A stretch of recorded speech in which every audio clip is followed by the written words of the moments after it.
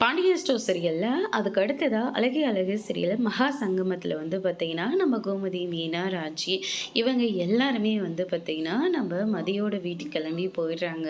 அங்கே வந்து பார்த்திங்கன்னா அவங்க வராங்கன்னு சொல்லிட்டு ஆல்ரெடி சொன்னதுனால அவங்க எல்லாருக்கும் விதவிதமாக சாப்பாடு வந்து செஞ்சு போடுறாங்க.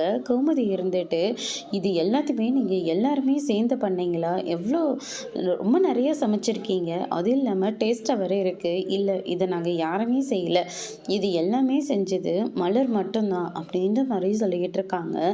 இது எல்லாத்தையும் நீ மட்டுமாம்மா செஞ்ச அப்படின்ற மாதிரி சொல்லி கேட்ட உடனே ஆமாங்க நான் தான் செஞ்சேன் அப்படின்ற மாதிரி சொல்லிடுறாங்க.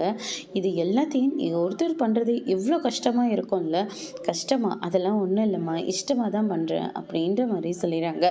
அதுக்கு அடுத்து தான் வந்து பார்த்திங்கன்னா இந்த சைடு நம்ம உடனே அவங்களுடைய அத்தை இருந்துட்டு காய்கறிகளை நறுக்கி வச்சுட்டு ஒரு டீயை மட்டும் போட்டு கொடுத்துட்டு வாஷிங் மிஷினில் துணியெல்லாம் போட்டு அடித்து வச்சிருமா அப்படின்ற மாதிரி சொல்லிடுறாங்க.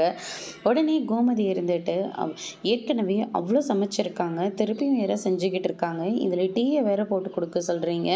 அவர் என்னடுனா கண்ணாடி எடு, டிவியை போடு, ஃபேனை கொடு, அதுக்கு அடுத்ததாக தண்ணி கொண்டு வா அப்படின்னு சொல்லிட்டு அவரும் ஒரு பக்கம் வேலையை வச்சுட்ருக்காங்க. இதுக்கு நடுவில் துணியை வேற துவைக்கணுமா? நீங்கள் எல்லாரும் சும்மா தானே இருக்கீங்க, ஆளுக்கு ஒரு வேலையை செஞ்சால் அவங்களுக்கும் கொஞ்சம் உதவியாக இருக்கும்ல அப்படின்ற மாதிரி சொல்லிக்கிட்டு இருக்காங்க. அதுக்கு அடுத்ததாக தங்கராஜ் வீட்டுக்கு வராங்க. தங்கராஜை வந்து இவர் தான் எங்கள் வீட்டு மாப்பிள்ளைன்னு சொல்லிட்டு ராகவன் வந்து அறிமுகப்படுத்தி வைக்கிறாங்க.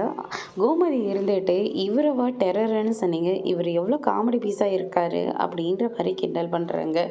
எல்லாருமே ரொம்பவே ஷாக் ஆகுறாங்க. அதோட இன்னைக்கான பிரமா முடிச்சிருக்காங்க.